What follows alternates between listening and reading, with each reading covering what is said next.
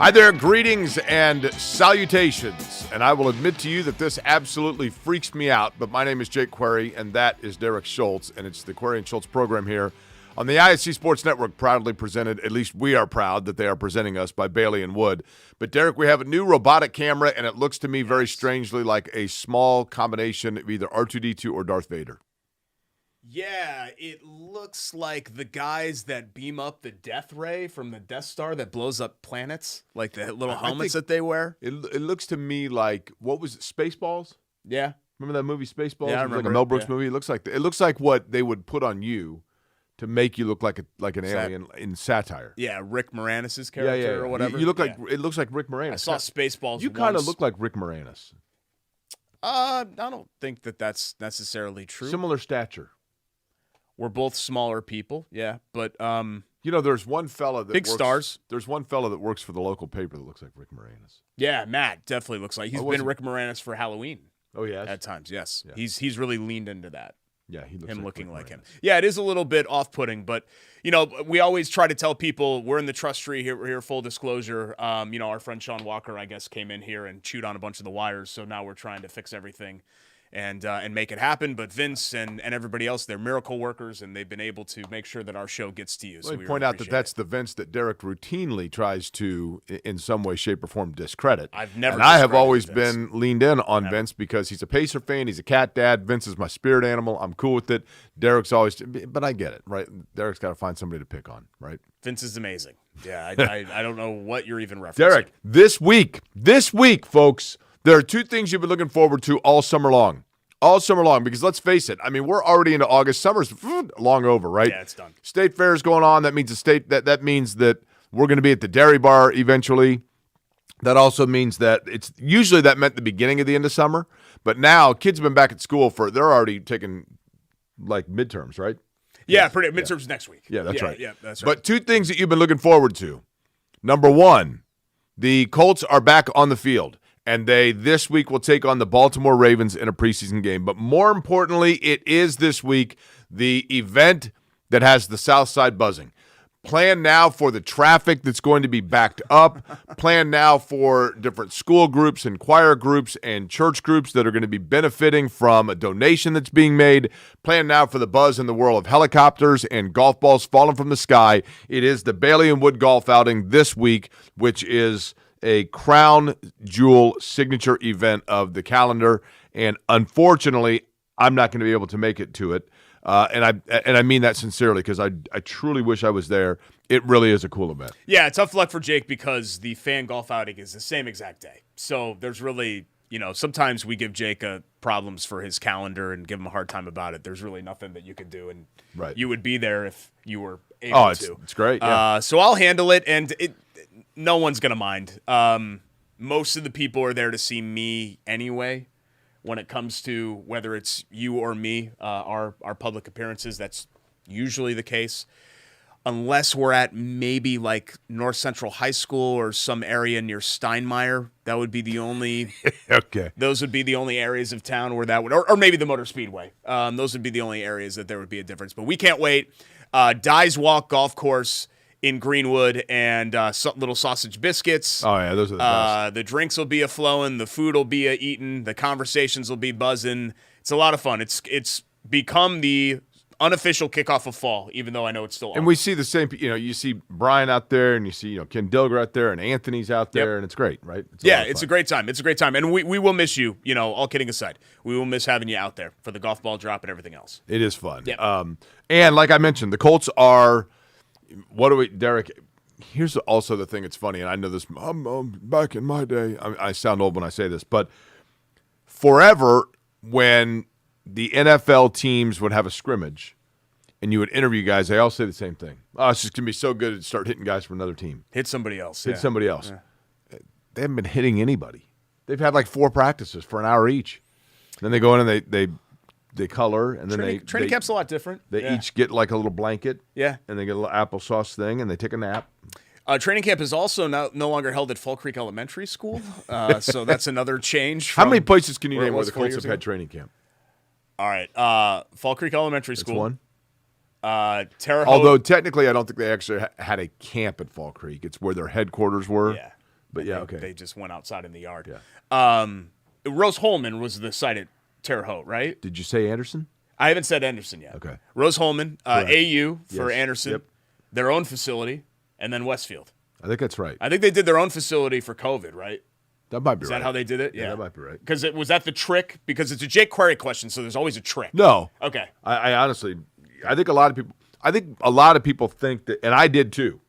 I always assumed that the very first year of 1984 that their training camp was held at Fall Creek Elementary School.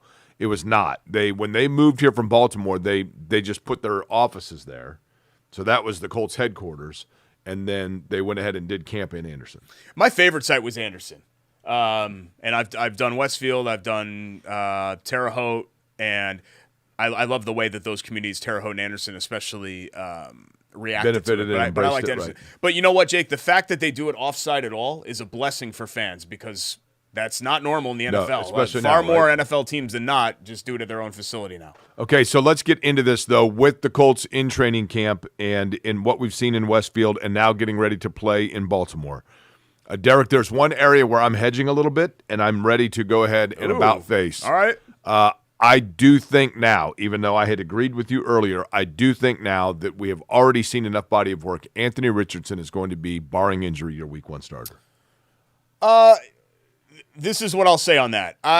He's the leader, and what I think is that Anthony Richardson is not going to do anything to lose the job, and Daniel Jones is not going to do anything to overly win the job. So that's why I think it's going to be Yeah, Richardson. Richardson's the incumbent. Yeah. And so, therefore, it goes to that unless I thought Jones would come in and there would be a clear separation of the two.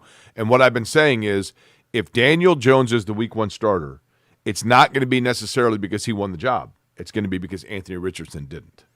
Yeah, because Jones is who he is. Right. And I think Jones has been fine. Yeah, he's But been Daniel Richardson's, Jones. they have been very on par. One's Boardwalk and one's Park Place.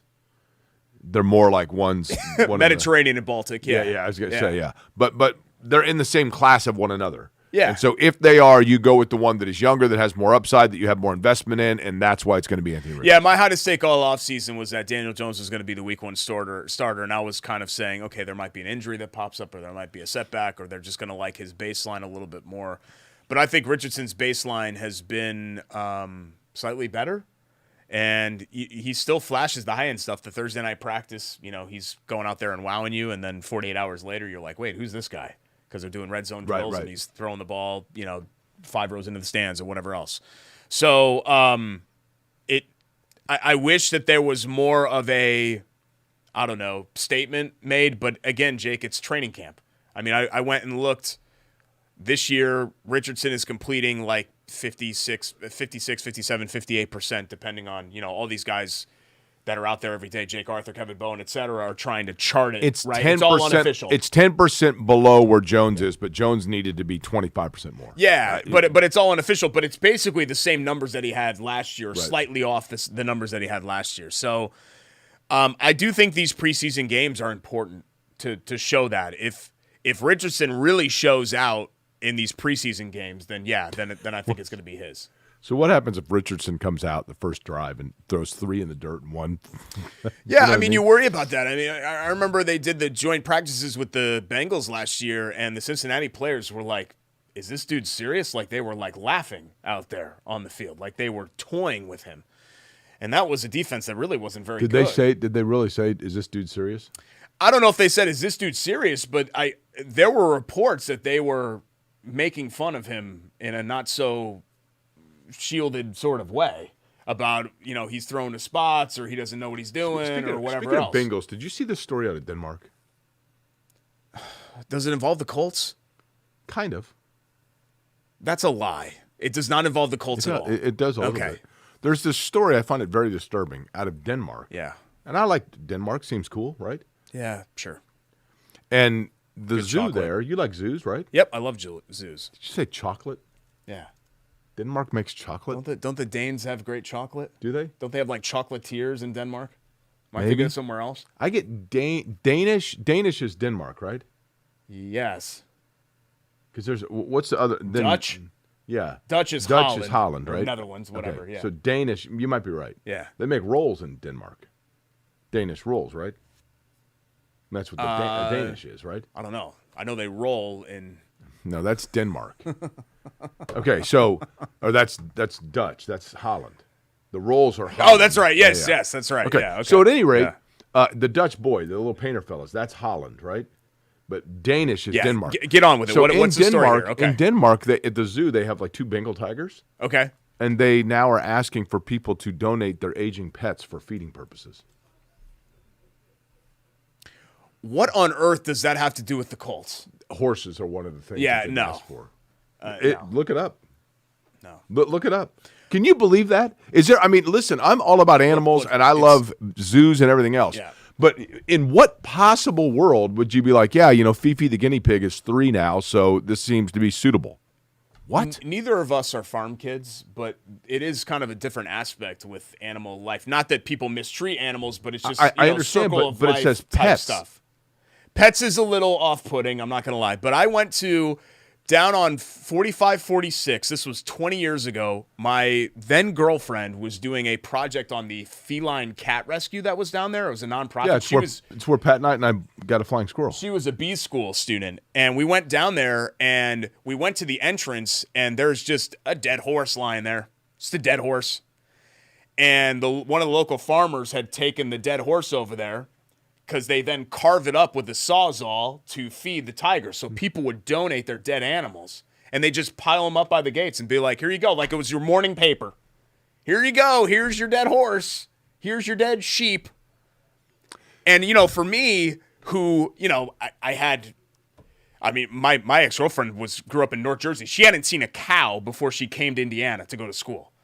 It was a little bit of a culture shock to just see like dead animals lying at the gates of a place that you're going to.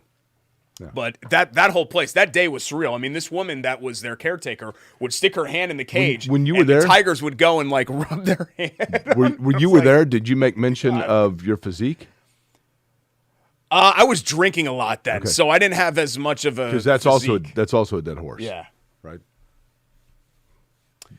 You want to throw stones from your glass house on dead horse beating on this show? You are the king of dead horse beating. That's all you do. Your entire radio careir has been beating a dead horse. Yes. Over and over and over Well, that thing again. continues to gallop. this old more dog like a can slow still trot, hunt. but yeah, I mean, I guess it's still moving. I guess you're not wrong. It looks about a little that. bit like Miles Turner while it runs, but yes. Oh God, weird gait. Let's talk about some of the non-quarterback stuff because I know we're laser focused on the quarterbacks, and I agree with you. I'm that fascinated I by do think this. It's Richardson's tight end job. position. Tyler Warren, depth chart. Okay, Tyler Warren, number 1. No brainer, right? Number 2, Mo Alley Cox. Makes sense, alters a little bit what Tyler Warren is going to be for you, right? The big blocking tight end, Mo Alley Cox, no problem there. Their third tight end on their depth chart, and say what you want about the depth chart, it's a little early for that, but the Colts released it. Their third tight end on their depth chart, Drew Ogletree, above Will Mallory, and I think Will Mallory's had a better camp. Well, but and I get all of the mediocre, crappy tight ends confused. Isn't the knock on Mallory is that he can't block as well as the other guys? Yeah, I think that's true. So you go, much but do here's you weigh the thing. that? So you go receiving tight end, blocking tight end, receiving tight end, right? Yeah. I mean, even though Ogletree can catch a little bit, but I still think of Ogletree as more kind of a poor man's Mo Alley Cox and Mallory a poor man's Warren.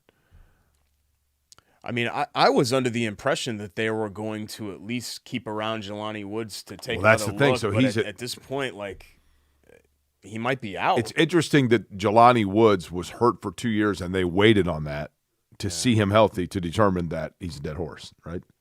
Yeah, and and the Colts have a couple of guys like that on What the happened roster. to the girlfriend that you went to this pet zoo with? Megan, we broke up right before senior year.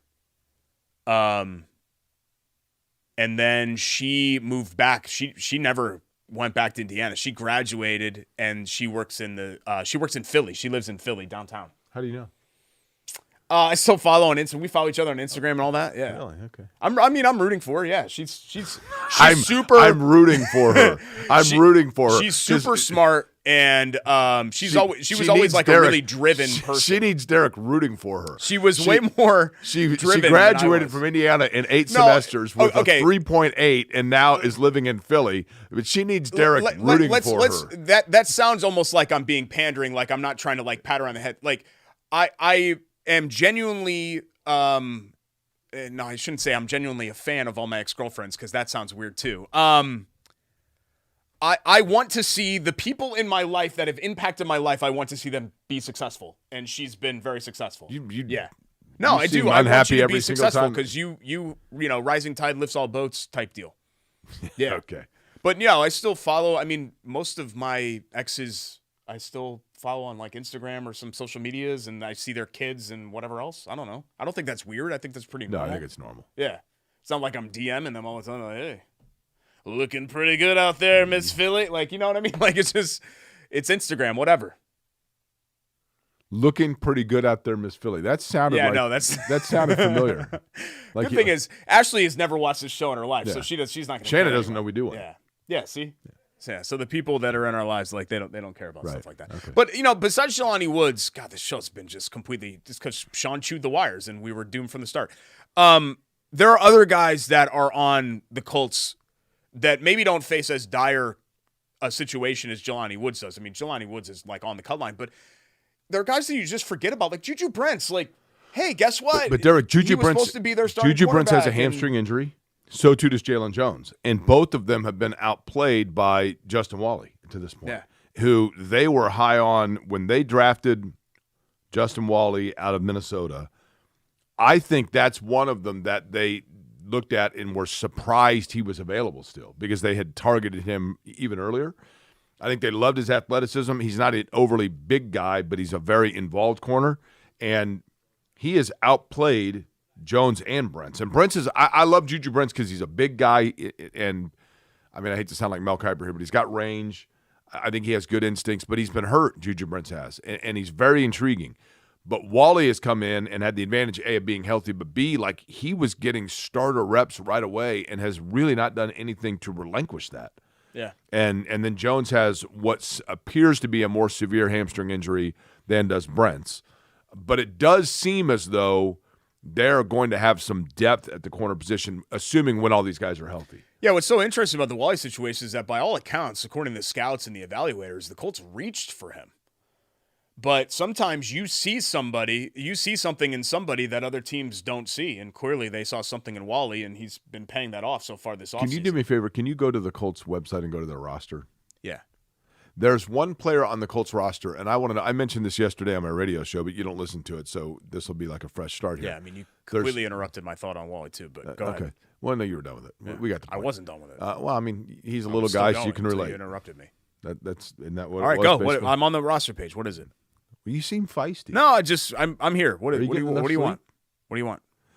There's one guy on the roster that very clearly, you know that my British polo playing voice that I do? Oh, yes, that's right. Yeah, okay. He has a name that sounds like that? Let me put on my ascot, and we can head out and maybe get on the ponies and play polo. All right, I have it.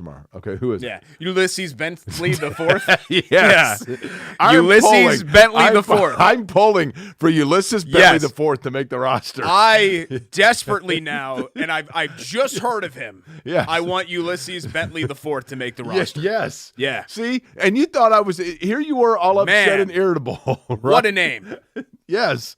This has completely turned around the show. Now I'm in a great mood. And here's the thing. Ulysses Bentley IV, if you didn't know it, you would say that he plays what position and from where? It would be like, he's a safety from Yale. Yeah, you wouldn't think he's a running back from Ole Miss. That's not what you would think. Ulysses Bentley IV. That is the greatest royalty rich person name in the history of the National Football League. Is it against state law in Mississippi to name your kid Ulysses? Or the fourth? Right? Should we check on that to be sure? Or Bentley? Yeah, there hasn't been a Bentley in Mississippi since Elvis died, right? But a great war hero in Ulysses Grant who does not get enough credit for the role that he played. I know his presidency was mired by controversy and all of that, but man, what a name, Ulysses. That's Bentley the best, isn't it? The Fourth. Yes, he's got to make the roster, right? Yes. It's going to be tough, man. Running back's loaded. We're actually doing a poetry reading of Shakespearean ilk with Ulysses Bentley IV. Couple of other names just to point out that have been getting some really good reviews and starting to maybe kick it into gear. This is a big season for Latu, and it sounds like he's been as good as advertised.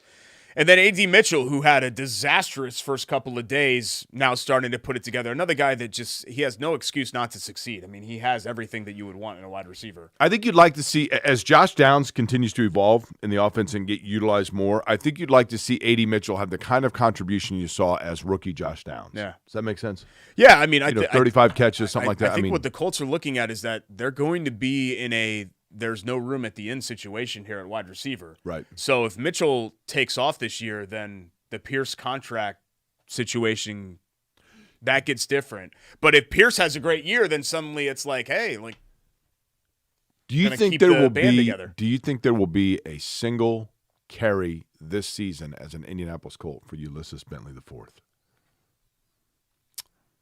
Yeah, Thursday night in Baltimore. In the regular season. Okay. No, probably not. I don't think, because that is a position though, maybe, Derek, maybe where practice squad guy. But yeah. don't we see sometimes, like in the NFL, week 14, the couple of injuries, and all of a sudden some guy comes in and gets a 67-yard day, and you're like, James Mungro, let's go. Yeah, no, you're right. Jonathan Williams, guys that you've never really considered or heard of that kind of come out of nowhere. I mean, the Colts were the kings of this with all of the some of the running backs that they had back in the Peyton days that you just mentioned. That's so, right. Yeah. It's certainly possible, but I would not something that I would bet. Also, a position that sounds weird to say that to point this out, because it's just been one that it was an automatic who it was going to be, but it looks like Spencer Schrader is indeed going to hold on to the kicking situation, and they created a kicking competition, but I think Schrader right now is he's got a bigger leg, and I think that's. In today's NFL, this is kind of weird to say because it flies against everything that we've been taught about kicking and all of that. I think you weigh length over accuracy. I think that's fair. Because teams just go for it more. Yeah. So instead of going for the 39-yard field goal, more often than not, teams in fourth and short are just like, hey, we're this close. Let's just go for it. But you want to have the guy that's able to hit from 54, 55. What's the furthest out you think you could hit a field goal? Man, I actually am. Is there a term? I know ambidextrous for hands. Is there a term for legs? I can kick with both legs. I can do probably 35-40 with my right, and then my left can do about 25-30. So I have more power with my right, but I have more accuracy with my left. There's no way that's accurate. None. Let me look that up. 0% chance that's accurate. Can you be? First off, I'm going to predict that you, Derek Schultz, have never in your life kicked a field goal. And if you have, I'm going to guess that you would not be able to hit from 10 yards out. Yes, it is. It is possible to be ambidextrous with your legs, meaning you can use both legs equally well. While most people have a dominant leg, that would be my right. It is possible to train, which I do, and develop proficiency with the non-dominant leg, which is my left, with specific exercises. So I do leg press, but then I do other ones like the cycling ones. Okay, yeah. Just to build more power like that. But up here, there, yeah, good. See the auto cameras, we can kind of get deep in there, like deep. Feel right there. It's like you can. Whoa. You can bounce a quarter off of it. Okay. Just right here. You're inviting me to touch your hamstring. No, just take your 0% chance of that. None. Nada. My buttocks is way down here. It's my leg. You're touching my leg. It's not that big of a deal. Just right here, hard as a rock. And that muscle allows. Like I'm not an NFL kicker or anything. I'm not a doctor, but that muscle allows for more ambidextry. I have kick from there. I have a professional broadcast career, and right now I am sitting next to one of the synchronized swim representatives of the Lollipop Guild. This is your whole deal, though. Like you ask a question and then you get mad at the answer. I'm there answering is your question. There is zero chance. Open the door. 0 chance that you can kick. I can kick with both legs. I'll go right now. 40's a stretch. I'll meet you at the football field of your choice, and if you can hit a field goal from 15 yards, I'll give you $50. I could do 30-35 with my right and probably 20-25 with my left. That's probably. I mean, I don't go out there and do this every day, Jake. I just know just from the strength and the muscle definition of both legs, kind of what power I can put into a football. You ask the question, way. you get all mad. What do you mean? Did you play soccer? Then don't ask me. Did you play soccer? No, I didn't play soccer. Did you Why play would I football? Soccer? No. Did you play backyard football? I wrestled. How'd that go? And we did play. Well, wrestling was an up and down career. It was a lot like Anthony Richardson's first 2 years. Okay. Let's get to our Hoagie and Hero of the Week. Powering these muscles. Or it's Hoagies and Hop sandwiches. Oh, sorry, I'm on the center camera. I have here the Dutch Country. Now that's Dutch country is Holland, right? Seitzer's Bologna. Like smoked salam. That's basically what it tastes like. Lettuce, tomato, 9-grain beer mustard from chili water, and Munster cheese. That's a real close-up. A really underrated sandwich cheese.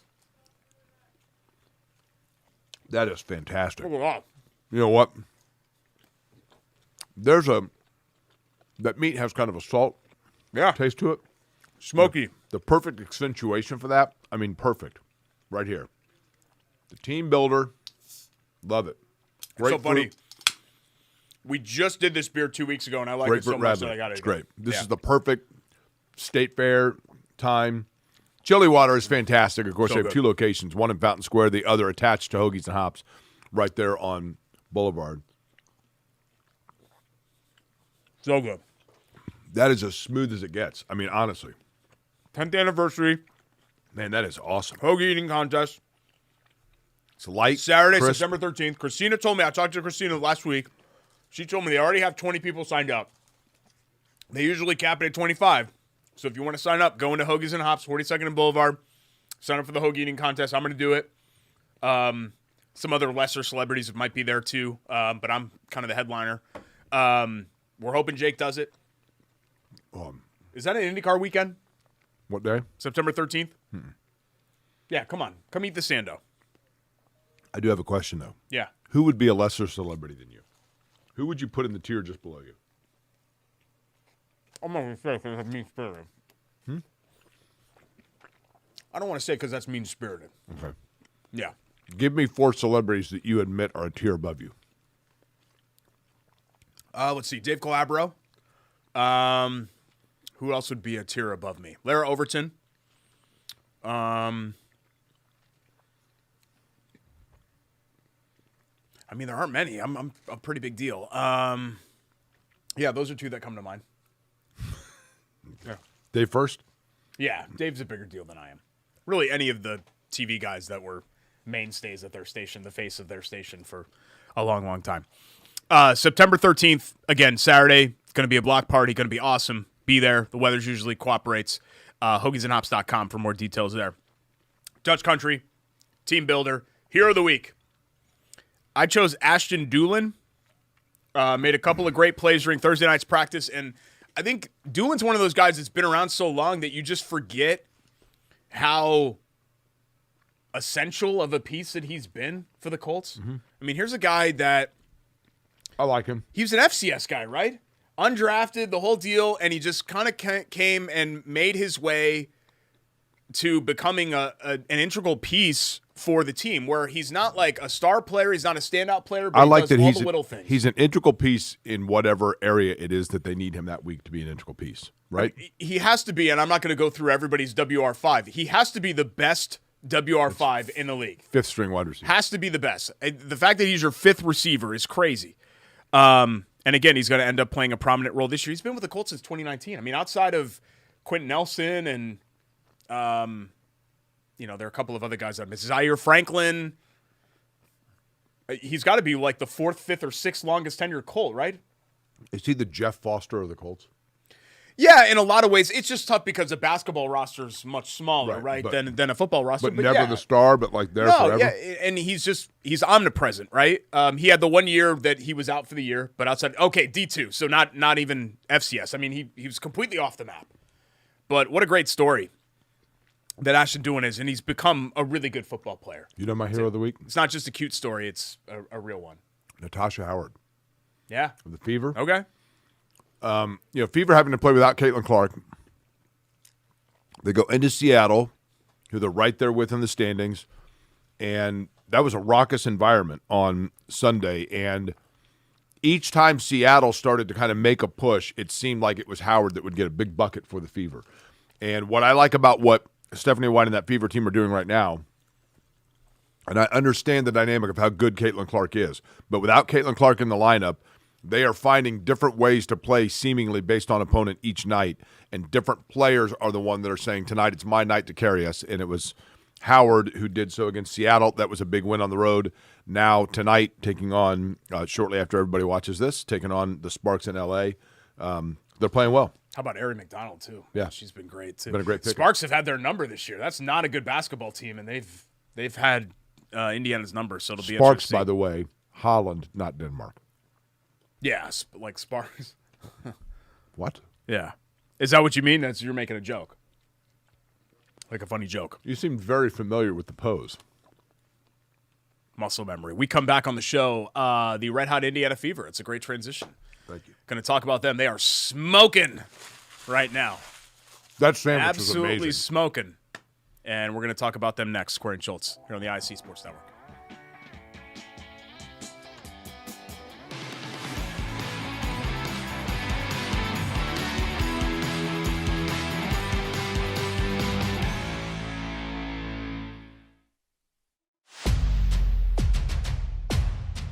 Hey, AC, which games are we going to tonight? You know we cover all sports in Central Indiana. Hop in. It's going to be a long night. Bailey & Wood Mortgage Lender, proud partner of News 8 Sports Hummer.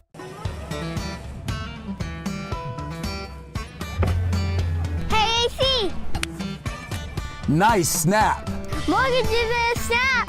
Duh. Bailey & Wood, a lending hand for Wish TV Sports.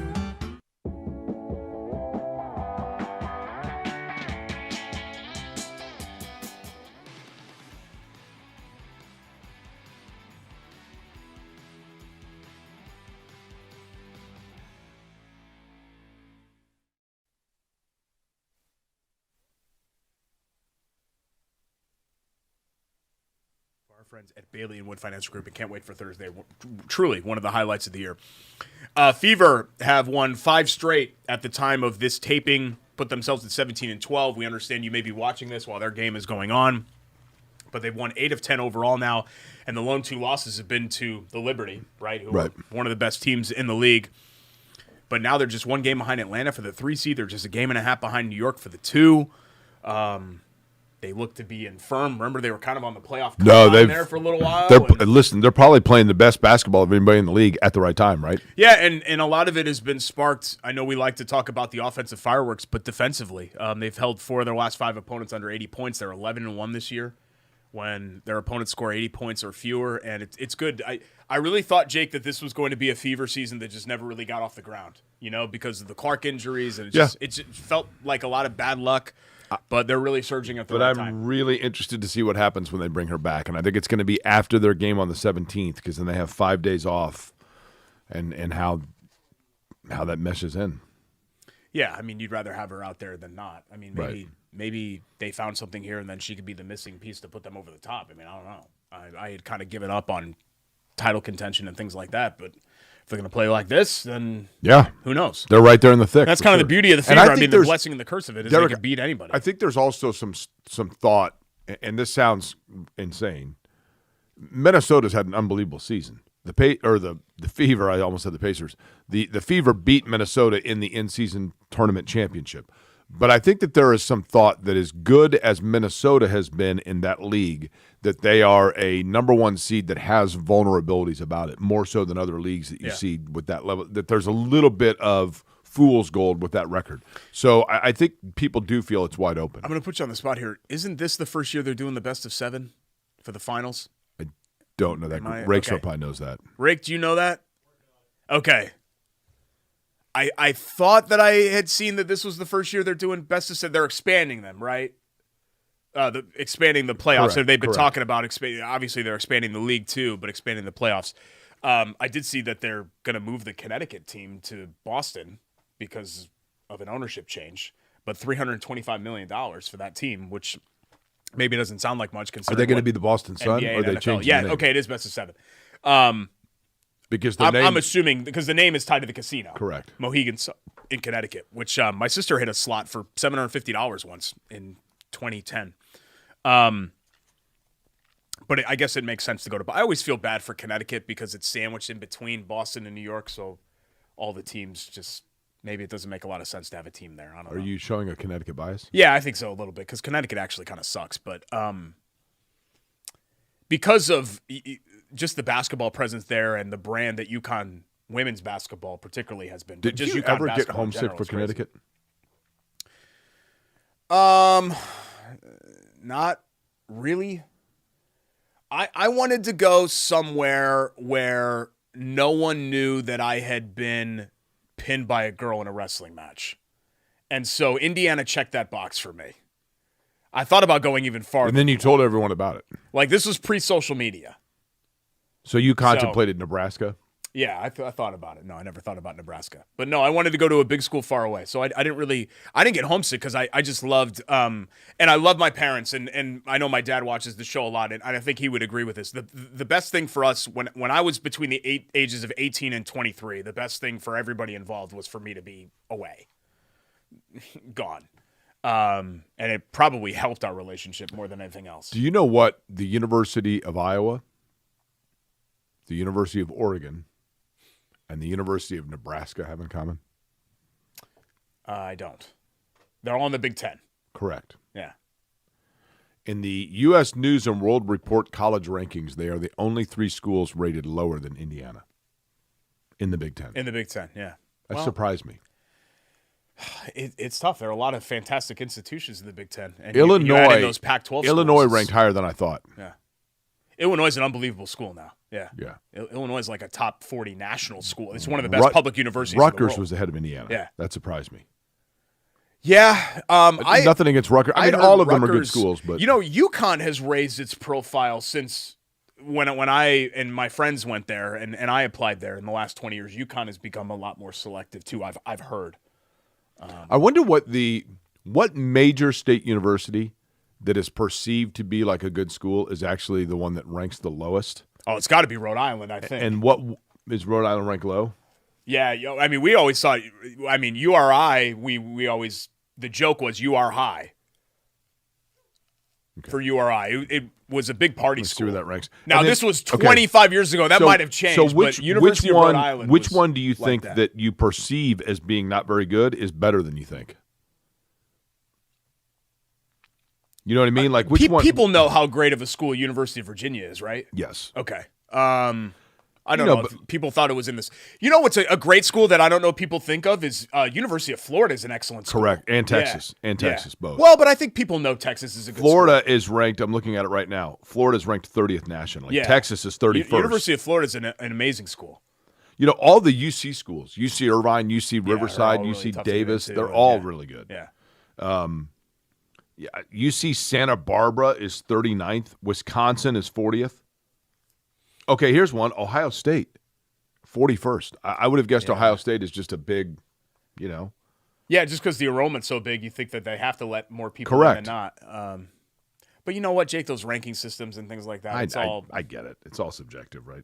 What's really, at the end of the day, what's the difference between the 29th ranked school and the 59th ranked school? And a lot of it is your field of study. Like if you're going to Purdue for agriculture or engineering, like there are only, a small handful, if that, of schools in the world that would be a better place to go than Purdue or as good of a place to go. Or if you're going to IU School of Music or the Kelly School, I mean, there are other examples like that. A lot of it depends on your degree program. I think Rhode Island would be a cool place to go to school. Yeah, Stallman went there. Stallman finished there. He got kicked out of Central Connecticut State. And that's then hard to do, isn't it? Yeah, I think we're convinced he's the only person that has ever gotten kicked out of CCSU. And then went to URI and finished. Okay, here we go. The University of Rhode Island. Let's see what their national ranking is. Yeah. 152. Yeah. It's down there. Yep. It's down there. Okay. Oh, here it is. An excellent rebound school for those that have failed elsewhere. I should have looked at that. Oh, was that a Yelp review? That could have been my That sounds about stop. right. Also, I wanted to ask you real quick, by the way, since we're completely off the rails. Yeah. I'm surprised you haven't commented on my shirt, but are you a member at Rivy? No. I thought you were. No, we're going to be because all his friends are there now. The sign-up fee, though, a little hefty. The Riviera Club we're talking about on the northeast side, It's basically Meridian Kessler area. Northeast. What are you talking about? Well, We're yeah, I talking guess about a you're different right. one. I guess you're right. It's in Midtown. North, basically almost northwest side, but right in the middle of town, but not Midtown because nobody says that. Meridian Kessler area. But the Riviera Club, the Rivy as I called it, It's that's where targeted area. I worked there when I was in high school and college. It was great. Yeah. Now, the pool, I mean, just there's millions of kids, and it's pretty awesome. But they took out the big slide, which is a buzzkill. Yeah, the sign-up fee is ridiculous. It just is. But if people are going to pay it, then people are going to end up paying it. I don't love the history there, but Right. that is not exclusive to Riviera Club. There are a lot of places like that pre-1990s You're right. don't have the best history to be proud of. I know you're nostalgic. I'm not trying to take away No, from your summers, but 100% you know, you're correct, kind of yeah. digging through the bones and things like that, and you see what it was like and what we're still fighting against when it comes to stuff like that. But yeah, I mean, we'll eventually Have you been we'll to it? eventually be there. Have you been? Yeah. Okay. In my mind, and it's been since I was in college, really, since I've been there, in my mind, it was a massive pool. Is it still, or is that It's because still I was a pretty kid? big. Okay. Yeah, it's still a big pool for sure. Okay. I mean, that's the number one thing that it has going for it because we're still members of the JCC. The JCC has a far better gym, which, you know, I have to concentrate on. And there are other areas of the Rivy that you're like, I'm paying this amount, and What do you think they should look better What than do you this. think in a big pool like that? I mean, how many kids are in there a day? Oh, God. I wouldn't even know how to project What do you think? that. What's Yeah. the urine count in the water? Yeah, it's a lot. I mean, they put a lot of chemicals in there, so I try not to think about something like that. Also, urine is sterile. So it's not like, you know, feces are floating around in there. Urine is sterile. You know that Wolf Lodge. I mean, you get a cut and you pee on it or whatever was- else. Like that's all normal that stuff. I was watching a Undercover Boss Yeah. on one of those big indoor water park deals. Oh, I think God. it was the Wolf one. Great Wolf Lodge, yeah. Yeah, and they had a few episodes of that. Where they were talking about the pH level of Floaters. the water. And, Oh, floaters. Oh, okay. Yeah. Yeah, you know, you get that from time to time. That happened one time with James. He was like 2, and I forgot to put him in the swim diaper beforehand. And we were actually at like a really nice hotel and swimming around. It was a great time. He was real happy. And then we got him out of the pool, and I was like, "Did I leave one of his pool toys in there?" But the problem is that the pool toys that I left in there, they usually sunk to the bottom. We get And this one was floating. Actually, it had broken into 2 pieces. So, and they were floating away from each other. And you sure it wasn't a Twix? and yeah, it was not a Twix. It was softer stool. He had softer stool. A lot of time, unless he was constipated, then it'd be like a harder stool. But this was a soft stool. So just dad stuff, guy stuff. My dad. That's all we're talking every once in a about. while we watch the show, and he's like, "Can you tell Derek to cool out on the potty talk?" The cool thing about this show is Potty that talk. it is a show for guys, and a lot of the guys watching the show are dads. This is no big deal. Your kids poop, you are completely. Greg, you'll agree with this. There's just something. Your kids poop is your kids poop. It's not that big of a deal. It's not even gross. It just becomes. It's such a part of your life at some point that it's just your kids poop. Whatever. It's like you dropped a cracker on the ground, or a little cracker is floating in multiple pieces, or you spilled a Coca-Cola all over the rug. Okay. And you just clean it up, and that's it. Like the smell, the firmness or unfirmness of it, like none of it really throws you at all. I'd like It's not to that big of a deal. apologize to Bailey and Wood, Chateau Kitchens. I'm just telling you, it's reality. I'd like to apologize to Hoagie and Hops, who's been fabulous to us. Chili Water. Brant's a dad back there, right? He knows what I'm talking about. Your kids poop, just whatever. Like, yeah, it becomes a part of your life. Like, I don't love cleaning it up, don't get me wrong, but I did it and do it and whatever. Smeared on the lid a little bit, whatever. Grab a 409 and bacterial wipe. Wipe it off. Fine. Make sure it's not sandwiched in between. Sometimes it's sandwiched in between the lid and the bowl. Like an Oreo cookie filling. We'll be out at the Dairy Bar at the Indiana State Fair sometime between now and the 17th of August. We would love to see you if you want to come out. I will actually make for you like the largest milkshake you've ever seen. And Derek, once again, will wonder why it is that the kids from Cambridge City, Lincoln High School, and other such places are mesmerized by my milkshake talent. Huh? We did do the Cambridge City one time. Like 3 years in a row they've been there, yeah. I don't know if this is the worst show or the best show that we've ever done, but I'm leaning maybe it's towards the worst. We come back, quick hits. Are you leaning on the leg that you boot 40-yard field goals on? And bite or bull bleep. 40 was probably a stretch. 35, they could definitely hit. 35 could definitely hit. It's Corey and Schultz, presented by Bailey & Wood Financial Group, at least for one more week here on the ISC Sports Network. Yeah, that's right.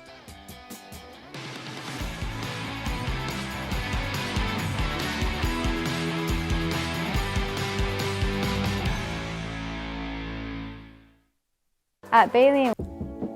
Welcome back, floating right along, literally and figuratively. Here on Corey and Schultz, presented by Bailey & Wood Financial Group. Alongside Jake Corey, I'm Derek Schultz. Hi, how are you? Time for our quick hits. IU football comes in number 19 in the first preseason coaches poll. Hoosiers are the 6th Big Ten listed. You want to guess the teams in front of them? Okay. 5 in front of them? It's good question. Okay, Ohio State. Yep. Penn State. Yep. Michigan. Yep. Boy, after that, we're getting a little Who won the tricky Big here. Ten last year? I mean, until they got knocked out in the playoff. Oh, I know. Hold on. Ohio State went there and wrecked them. No, well, first off, Wisconsin. Wisconsin's not ranked ahead of them. Ohio State went out there and wrecked them in the playoff. They won the Big Ten last year. They were undefeated.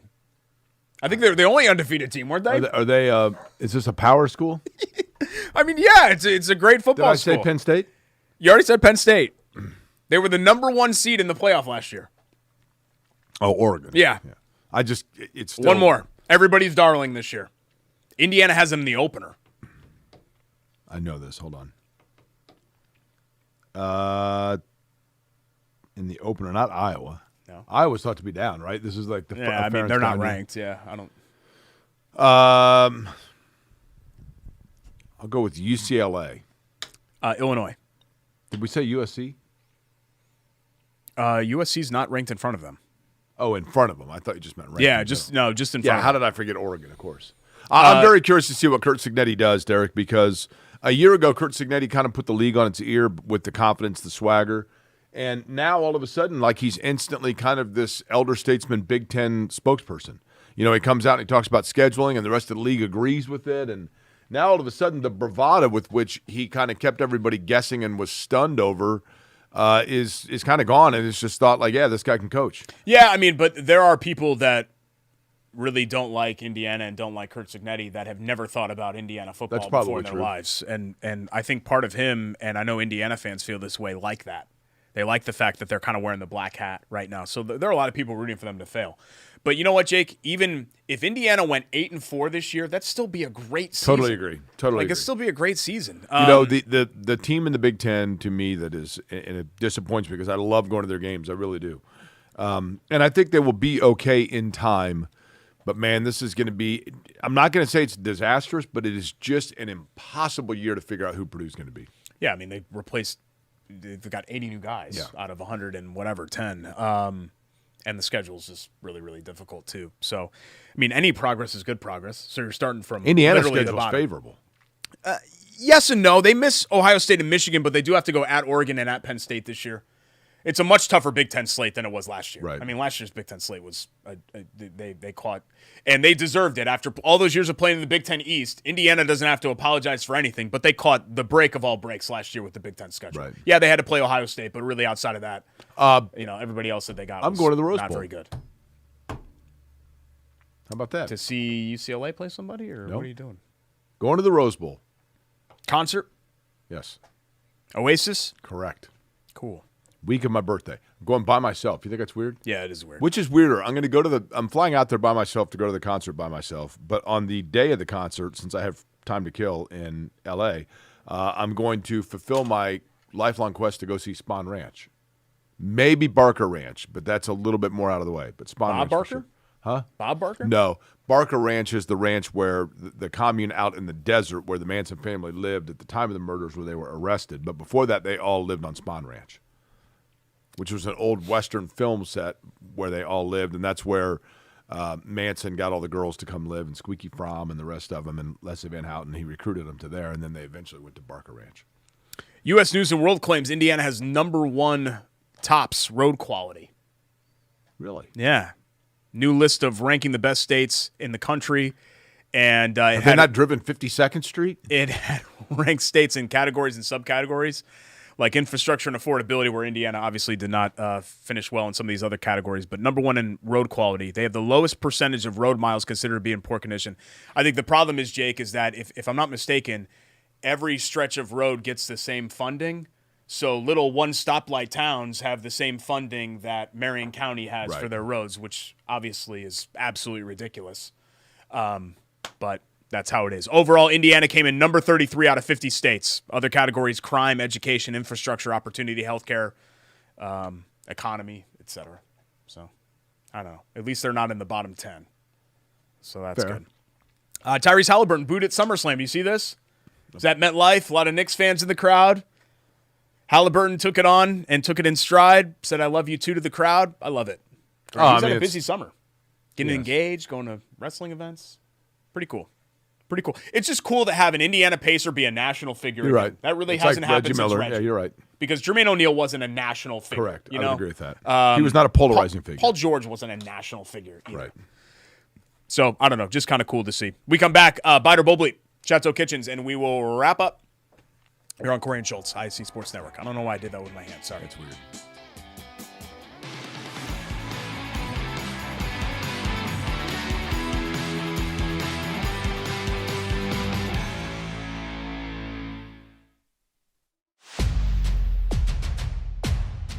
Hey, AC, which games are we going to tonight? You know we cover all sports in Central Indiana. Hop in. It's going to be a long night. Bailey & Wood Mortgage Lender, proud partner of News 8 Sports Hummer.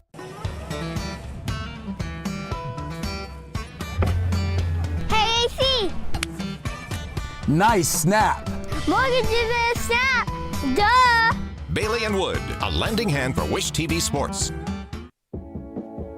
Hi, welcome back. It's Corey and Schultz. You had the whole ISC break to take the sip of that, although it Sports is Network. fabulous. So good. So good. Time for Biter Bobley, brought to you by our friends at Chateau It's Kitchens. so refreshing. At Chateau Kitchens on Instagram and Facebook for before and after pictures of their latest projects, in-home transformations. That's what they do. At Chateau Kitchens, I know that they've transformed my home. I actually sent Stephen Moore the clip of us talking about Chateau last week with the photos, because the towel photos are so popular. And And they're still with us? and he got a big kick out of it. Yeah, he likes the photos for sure. Everybody likes the photos. I mean, how could you? You know not what? like the photos? I may be calling Chateau Kitchens. Might be in need of. Yeah, there it is. Everybody likes it.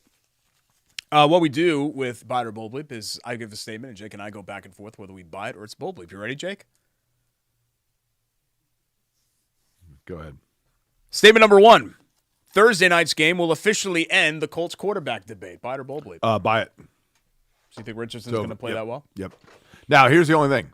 I could see them starting Daniel Jones in preseason game number 1 and maybe even number 2 because they want to continue to push Anthony Richardson. And they're not confident enough yet in Anthony Richardson's mental mature. And I don't mean that he's like running around making fart noises, but like I just think that they feel he still needs to be pushed. So I could see them sending the message that Daniel Jones is still in play because they want to motivate continually Anthony Richardson, but I think it's over. I'd be really surprised just because that would cause a lot of national uproar. Daniel Jones is starting the first preseason game. What does this mean for? And I don't think they want to do that. But Rick, we're assuming he'll get a series. I don't right? think anybody outside of 465 cares. Are you going, Daniel or is that an Jones or NFL Anthony Network Richardson game? starts. You're doing the game, right? Yeah. Okay. So Rick will be out there for the preseason game. It's still one of the coolest things. I don't know why I mean I don't get starstruck from other people that are in my life that often, but just to kind of see Rake on an NFL broadcast in the booth is, I don't know. There's just something inherently cool about that. I never really felt that way about the first time he's done it. You doing anything. I don't do anything.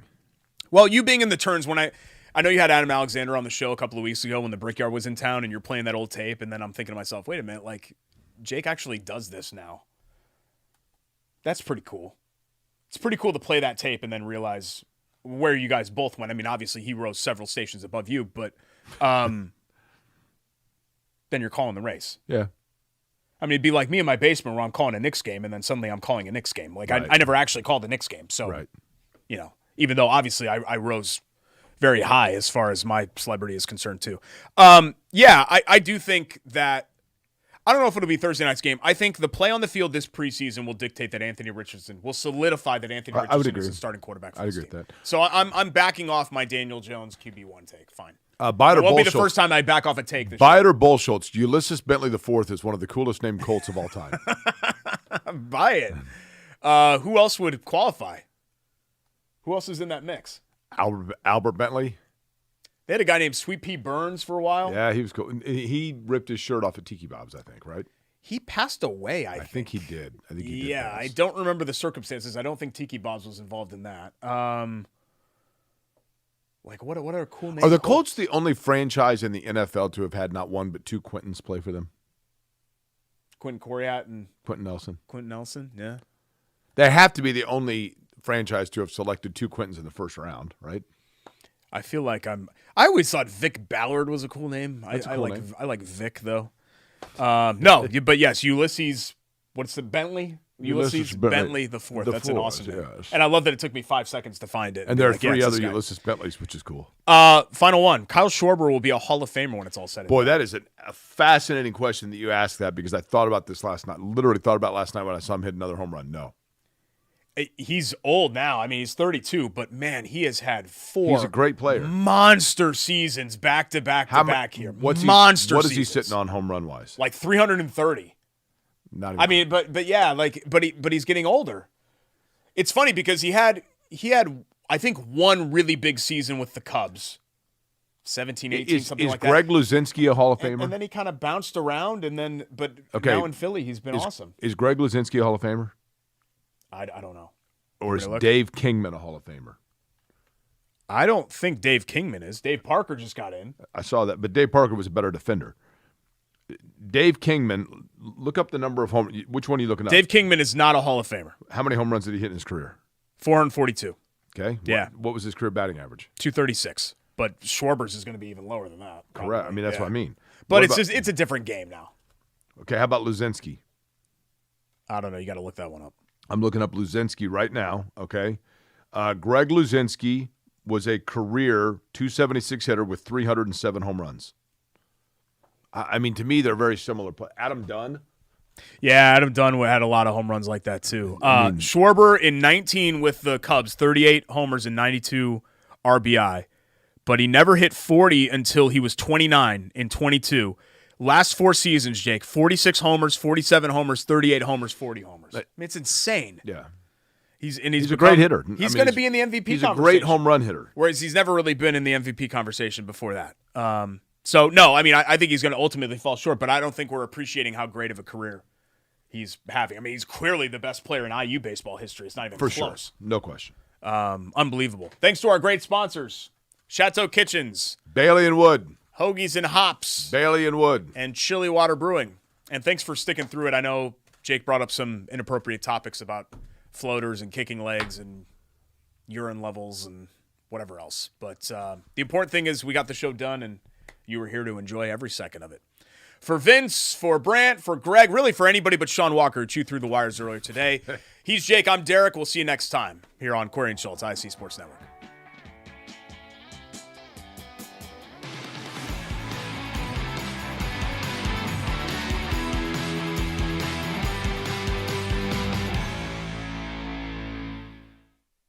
At Bailey & Wood, we pride ourselves